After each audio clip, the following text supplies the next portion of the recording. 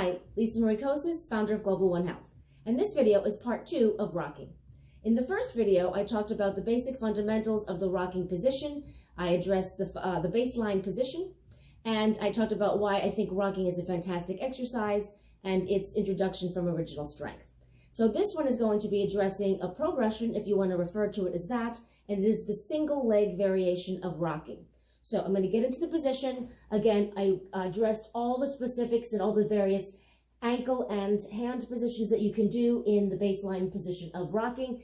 Single leg is nice because you're putting your hips in a different relationship to each other. So now the pattern of rocking is going to be pretty much exactly the same. You're doing that forward and backward rocking pattern. Now in the single leg variation, a couple points to consider: the setup, right? So the top or the extended leg is going to be extended straight out to the side. You want this foot in a dorsiflexed position, and the inside edge of the foot is going to be facing the ground. So notice my foot, I don't have the sole of my foot on the ground, then I'd be in an inverted ankle position. So you're keeping both ankles in a centered position in the single leg rock. So I'm in a dorsiflexed position on my down leg, my extended leg also dorsiflexed, but its angle is going to be such that the inside edge of the foot is what's into the ground. Now, the toes of the extended leg should pretty much be in the same line or plane as the front of the down knee. So that's just to give yourself a parameter for the rock.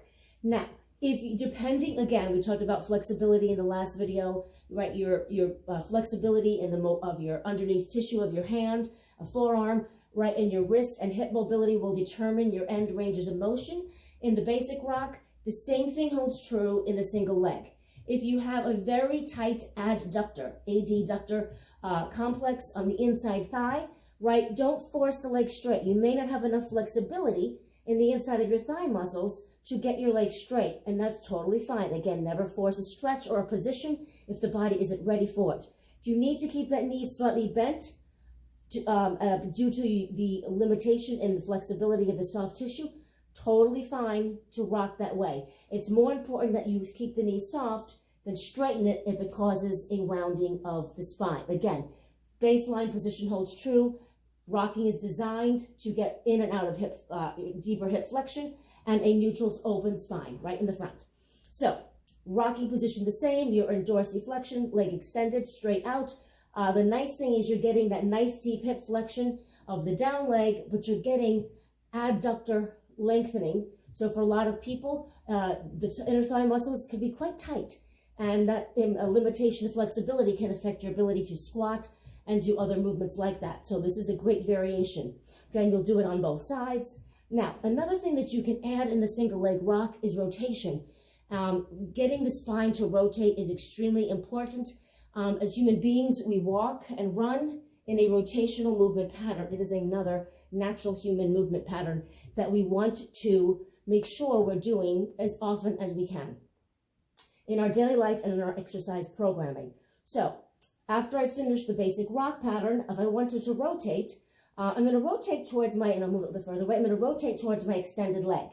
So as I open up, I'm going to inhale and rotate my spine, open up the chest towards my extended leg. All right, I'll do that a few times. Inhale is the rotation upwards towards the ceiling, and I exhale as I return my body back to the centered position. Inhale to rotate, exhale to come center. Now, when you rotate the other way, you might feel a little bit more of a restriction because now you're rotating away from that extended leg.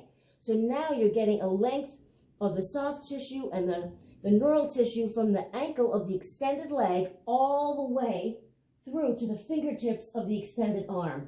I like to cue my clients so that you can see is just don't let the arm just kind of like swing up, right? Think about a corkscrew as you open a bottle of wine. As you turn the corkscrew, right? The corkscrew turns before the cork does.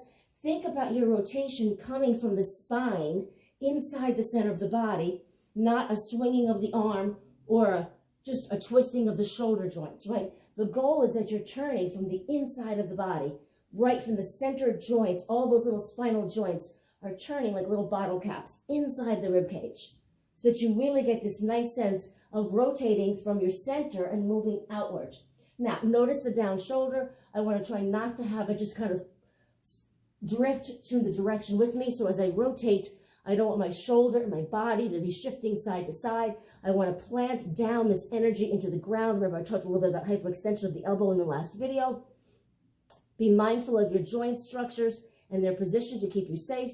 But as I rotate, right now I'm on one arm, right? So it's even more important that this down arm is supporting me because that's what's supporting this joint capsule, right? So as I rotate, I'm corkscrewing and driving that arm into the ground, and I'm staying kind of packed, right? They don't talk about too much about that, right? Because rocking is a natural human movement pattern that babies do, and babies don't know what their pelvic floor is, and they don't know how to pack their shoulders.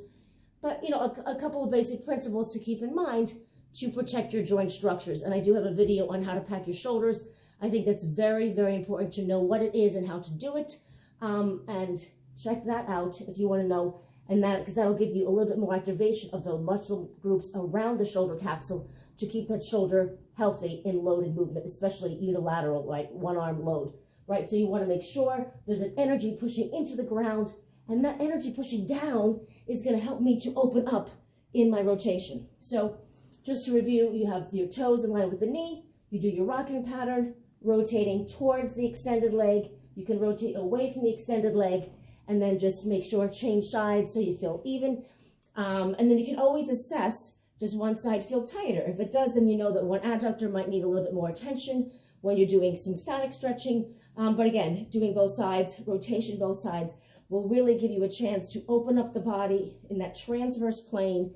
Very, very important, because again, as human beings, it is a natural movement pattern. Our spines are designed to rotate. So make sure you incorporate rotational movement into your training routine. And that is the single leg variation of rocking.